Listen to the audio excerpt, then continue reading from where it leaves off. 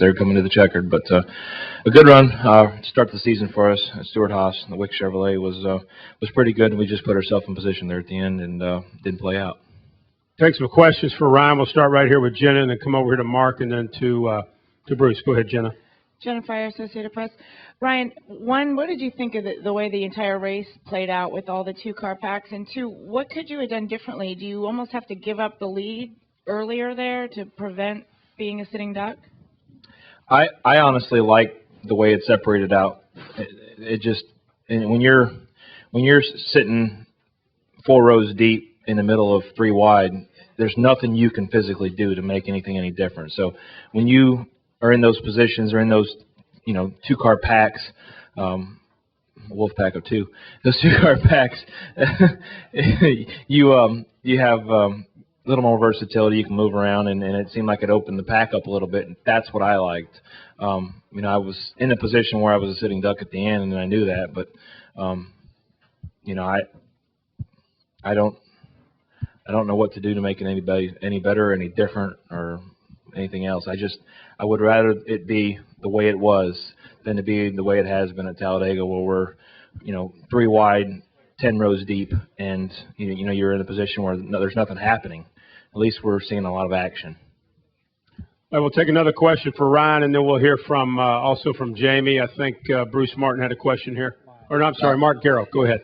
Mark Carroll, PRN. Ryan, in his post-race comments, Denny was talking about how he made a conscious decision to drop below the yellow line to make sure that he didn't get into your quarter panel and wreck you. And you were talking about how, just a moment ago, how you were trying to not do anything crazy either to create a wreck. The question is, will it be different in the 500? I mean, will you guys all hold your ground, and will something crazy happen at the end of a race where Denny will hold his ground and say, and maybe cause something there at the end? I don't know. I mean, I'll learn from my experiences just as Jamie and Denny and everybody else will, but I don't know how, if it happened again, how it would necessarily play out any different. If it was just 2 of us, then I'd have run Denny right down the pit road, but that didn't happen that way. So it's neither here nor there. It's all just speculation as to if it was all rewound, if we'd do anything any different. I mean, I didn't expect it to be a 4-car breakaway the way it was. I thought we could have shook off the back 2 cars. That's kind of the way it worked in practice from what I'd seen. I didn't do a lot of drafting in practice, but that's what I had experienced. So,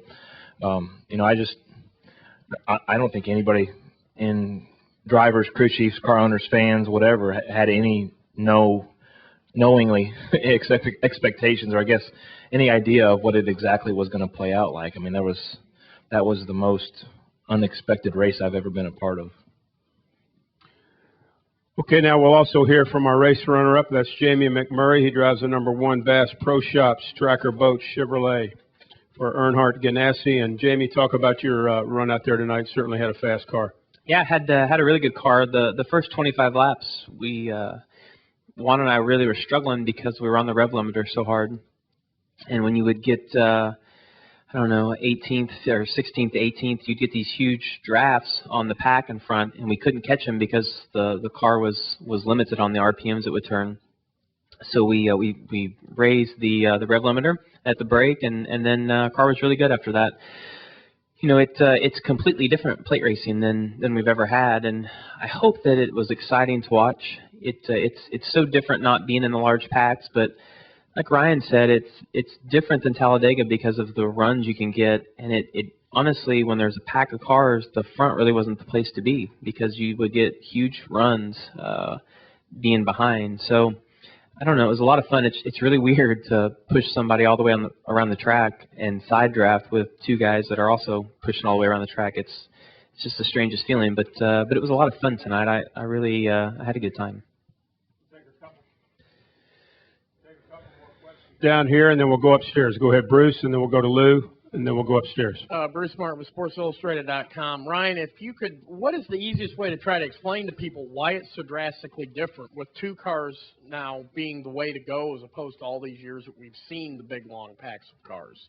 And also looking ahead, what do you see happening on Thursday and also next Sunday? You want the technical answer?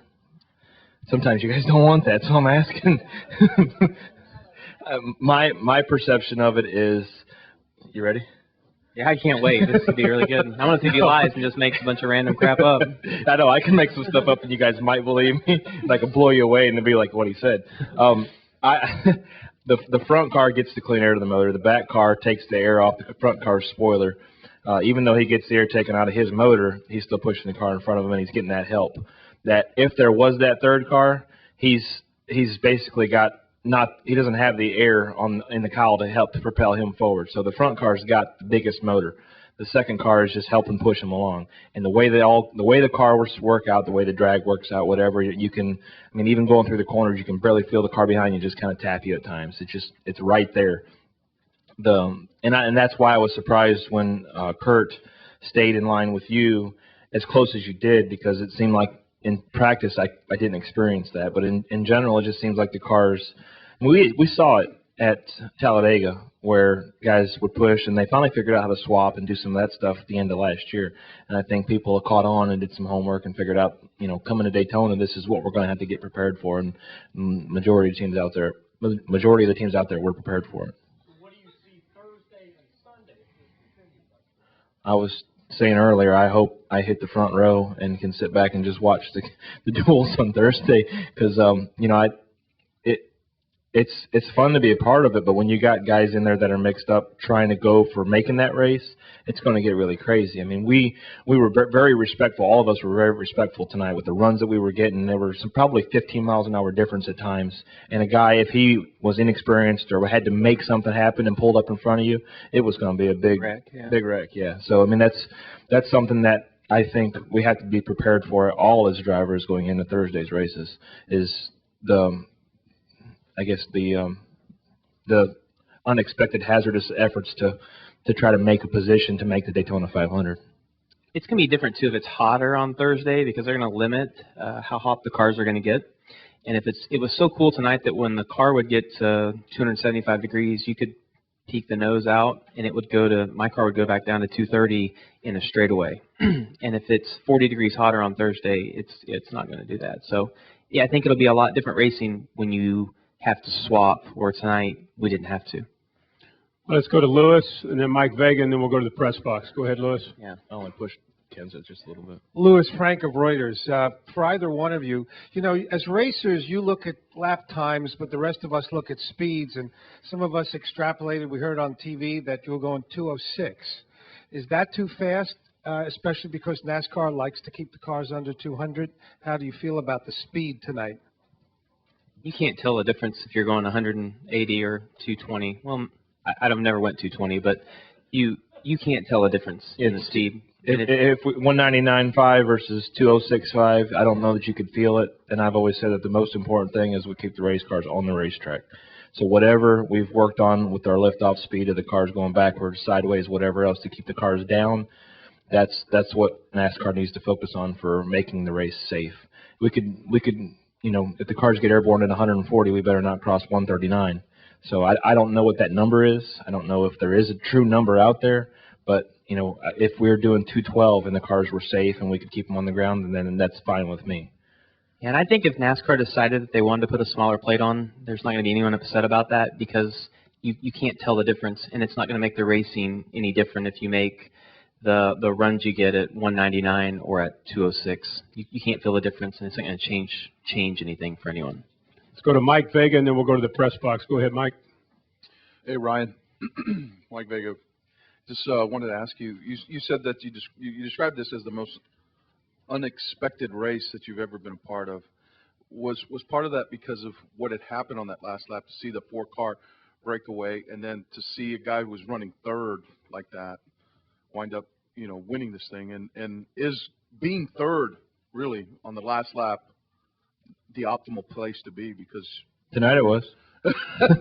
and from an unexpected standpoint, I mean, I think if you look at all of what you thought you could predict going in, I mean, we at Stewart Haas anticipated working together a lot more as teammates, and it never happened. It just never unfolded for us tonight. Those are the things we expected, and therefore they never happened. So that's one unexpectation. The way the two cars work together, the number of laps, just like Jamie said, the number of laps you could go straight without switching, as we call it, was kind of unexpected. The 4-car breakaway, and then from what I understand, there was another 4-car breakaway behind that. That was unexpected. I mean, just the way it all worked out, the situation for us, when we didn't come into pit and then pitted with 1 to go and came in and got fuel, and other guys did different strategies. And I think at the same time, when you get 2 guys working together, as you might see RCR cars working together, the caution comes out when they're not lined up together anymore. So you have to find a new teammate, and the way the spotters are working, it's just, all those things put together on top of, what happened on the last lap was totally unexpected. Okay, let's go to press box for questions. Go ahead. Lee Spencer, Fox Sports for Ryan. How many laps could you go paired up together before you had to break? And for Jamie, you mentioned about it would be different on Thursday, but with the changes to the duck coasting, could you tell any difference tonight with the changes NASCAR made? I never had an issue because I was usually the pushy, not the pusher. So I was, I think I pushed 17 for 6 or 7 laps at one point in the middle of the race. But other than that, my bumper was getting the help. My rear bumper was getting the help, and I just didn't. I expected. I don't even know how many laps we went straight with the 11 behind me at the end of the race. But I expected at some point. I was hoping he'd want to switch, but he didn't. The hose that you're talking about is just going to an oil cooler, and not everybody had that hose or a separate oil cooler on their car. We did not, so we didn't have to change anything. And if it does get warmer on Thursday, it's going to be different because the way the systems are set up with what we ran tonight, you could run up to, I think, 290 some degrees before it would blow the water out of the system. And with what we're going to have on Thursday, I believe it's only going to go to 255 or 260. And that's going to change because tonight I would have had to have pulled out a few times. I wouldn't have been able to push Kurt as long as I did because I got to 275 a couple of times. So it's going to be different with the changes they've made. And I think that's going to be good where you have to do the swaps because it's going to make for a lot more passing, because when the swap happens, you lose 20 miles per hour in one corner or 15 miles per hour, and you're gonna have a lot more exchanges for the lead or on the track because of the cars having to make those swaps. We anticipated coming into the night that we were going to have to run 6, 8, 10 laps and then swap, then run 6, 8, 10 laps and swap, and we never had that because the ambient temperature was so cool. And when the ambient temperature comes up, then our cooling is affected by it, and therefore that swap, that number changes exponentially. Let's go to the press box again. Go ahead. Monty Dunton, Gas Gazette. Ryan, I know this might be a shock to you, but I really did. I actually understood with your explanation of the drafting. But many of us who watched were not surprised that an effective way to race was 2x2. But were you surprised that seemingly the only way to race was 2x2?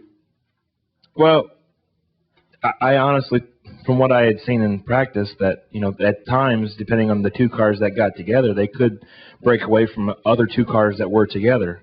And we didn't see that at the end of the race tonight. So I don't know if my car was off in speed or if it was just the way things worked out and the way the cars lined up between my car getting pushed by Denny's Toyota and a Dodge getting pushed by a Chevrolet, or just the combination of 4 cars together. I'm not sure, what we're seeing as far as, the variations in that 2-car or 4-car breakaway. Media Center questions. Let's go over here to Dustin and then to Dwight. Dustin Long, Landmark Newspapers. For either of you, is there anything that you would like or for NASCAR to consider in the next few days before the 150s, before the 500, or is this type of racing acceptable for the biggest race of the year for the sport? I think this type of racing is acceptable. I mean, that's a better question for the fans. I mean, that's their poll. I mean, they saw what Daytona used to be like. They saw what Talladega is. But, to me, the biggest question is the speed factor and being safe when we get in some of those situations. From what I saw tonight, the cars that did get turned around got turned around in the corner, and therefore there was much more G-force to hold the cars down on the racetrack than had they been turned around on the straightaway. I didn't exactly see what happened to the 88 and them on the backstretch, but and I don't know if they were close to taking off or the way the traffic was. Ultimately, the cars have to stay on the ground for it to be safe. We're going to have crashes. We're going to bounce off the safer barriers. Guys are going to blow tires. It's racing. But the car staying on the ground is what's the most important thing. Dwight, you have a question? Dwight Drum, RaceTape.com. For Ryan and for Jamie too, if you want. Was the past experience any kind of help to you? You know, with Daytona, any kind of help to you today? And as far as do you think anybody had an idea what was going to transpire? And was it learn as you go? Do you think? I didn't. I mean, it's so much different than what we've had here before because handling's not important. And it's just, even at Talladega, we've never been locked together for more than a couple of laps. So it's completely different racing. And what Ryan said earlier about when the guys behind you get the runs they do and they're coming so fast, everyone's driven down the highway and went to get into the fast lane and you see cars coming, you know I can't pull out in front of him because they're coming too fast, or if you're merging onto the interstate. And you look up in your mirror and you're like, I need to leave him a path, because when you're pushing a guy, you just follow him and you can't see anything. And if someone pulls up to block him, you're going to shove him right through him because you can't see. I mean, you're really probably more dependent on your spotter. I was tonight. I was just listening to him. He's like, look, they're on the bottom, and Kurt's probably going to go through the middle. And I was like, all right, I'll just keep shoving, and that's exactly what happened. So for me, I mean, I was more dependent on him tonight than ever. It's way different than anything we've ever had in the past. My spotter was driving for me as if I was the car in front of me when I was behind somebody pushing. Right. And you're at the mercy of his perception of car lengths and speed. And for instance, one time on the tri-oval, I went down below the yellow line, and the 16 was still in my bumper wide open, and I was on the brakes still passing cars just because that's the way it worked out. And I came over the radio and said, hey, I had no control there. I let the guys have their positions back. I could have kept going, but it was like, wow. And then I told, when the 18 and the 5 spun in front of us going into turn 1 up there, the 24 was pushing me, and we just got hooked up together. And after we got through the crash, I came on the radio and said, make sure you tell the 24 thanks for getting me through the crash, because he pushed me right on through it. I mean, we both barely missed it, but it was him that helped push me through it. So some of it's racing luck, but some of it's, a big part of what won the race tonight was communication. Bruce? Bruce Smart with SI.com. So the way it is now is to put the driver more in control of what's going on as opposed to the way it was here last year, or how? I think it puts the team more in control, between the spotter and the driver, and working together with your other teams or other organizations or who you randomly work with. I mean, for instance, tonight there was 3 Roush cars in the race. I just happened to be the one that got to be the other. I was the 4th Roush car for a while tonight because the 16 didn't have anybody to work with. So you just never know how it's all going to work out. I mean, he wants to be up front just as much as I do. So, there's a time he's going to bail off and go with the 99 or the, 17 or whoever else. But you just, it's 100% a team sport the way it is right here. I gotta be honest, I didn't hear your question. The way it is now, is it put the driver more in control than it was last year? I don't know that it's more in control. It's, one thing that I heard Ryan say earlier that I didn't realize, like at Talladega, is when we have the restarts and you get locked together, when you're getting up to speed is when the cars are hard to drive. Once you get up to speed and your RPMs level out, and I heard Ryan say this, and it's so weird. It's like you're not pushing the guy. It's like you're real close, and when you're the guy in front, you'll tap the brake and you'll feel him still be there. So I don't know. I mean, it's just so much different than what we've had in the past. And I think teammates are really important, but if you're pushing your teammate and they have a restart, odds are if you've been pushing him, he's going to line up in the other row. So you got to, I don't know, I think the whole teammate thing will come down to the end, but you just got to help whoever's in front of you. Ryan, Jamie, thank you very much, and good luck. I was looking around, I don't know what the question. Good luck next week with the 53rd run of the Daytona 500. Thank you. A note tonight, Budweiser Shootout records 28 lead changes amongst 9 drivers. 28 lead changes amongst 9 drivers.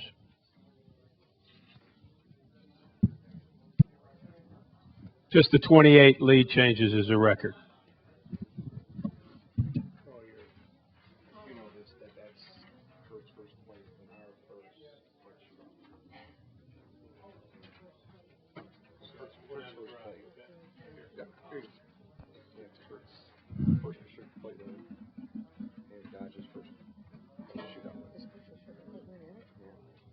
changes first. But Shootout.